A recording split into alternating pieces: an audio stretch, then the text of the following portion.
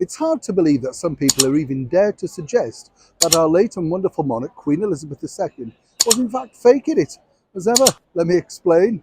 Hi, good morning. How are you? Nice to see you today. In a wet, windy, and sort of crispy green London right now. You know what it's like when there's had a lot of rain? We've had Storm Babette over here, and everything sort of looks refreshed. Well, apart from me, I can see you thinking that, yes. But but seriously, everything sort of looks like it's had a good shower.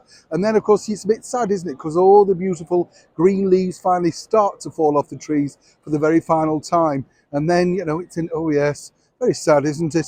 A little bit like our story today, or is it? As ever, let me explain. As you know, a lot of people, when you think about it, Her Majesty the Queen met so many people over that long reign. And, I've often thought it must have been very nerve-wracking, whoever you are, not for them actually, but for Her Majesty the Queen, very young girl at the time, suddenly meeting these world leaders, expected not to bat an eyelid, put a foot wrong, say the wrong thing, all of that sort of stuff. And it is daunting because, I've met many people, obviously, senior members of the British monarchy and senior politicians, presidents and prime ministers, and they know, particularly in this digital age, that you get something wrong and it's very quickly picked up.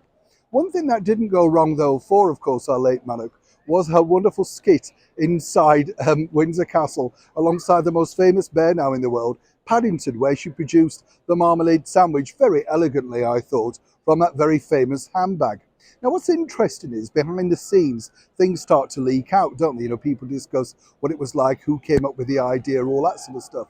And I truly believe that our late monarch thought this was a good, fun legacy to leave behind, something a little bit less, should we say, demanding than the usual things that normally are left there. And I thought she did a terrific job, as everybody did.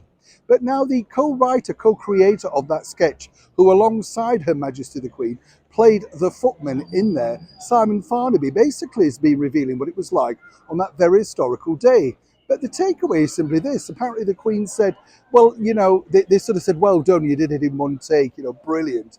Most actresses would need a few takes and everything. She said, look, I've been an actress most of my life. Now, this has really divided a lot of opinion, as some can imagine, because basically people are now trying to insinuate, well, was she just faking this role?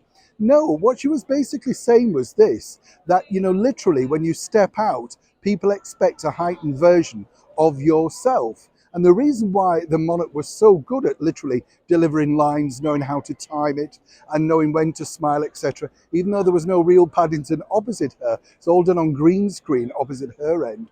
I think she just learned it. And when you think about it yourself, you look at Camilla, Charles, William and Catherine, they do a sterling job. But I'm sure there must be mornings when they get up and think, can I deliver that today? Can I be the Princess of Wales? Can I be His Majesty the King?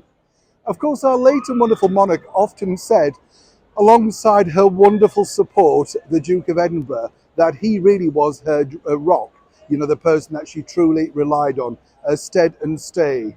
And I think that really will have helped. But when people are now sniping saying, oh, well, did she really mean this or did she mean that? It's a little bit unkind. I'm sure the co-creator of that wonderful sketch did not mean it in that way at all. He simply meant she was a good actress. Obviously, she's had years of experience, 70 years quite literally, on the throne.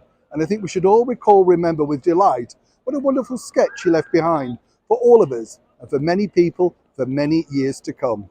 As ever, do let me know what you think to this particular story in the comments below. Neil Sean in the very heart of London.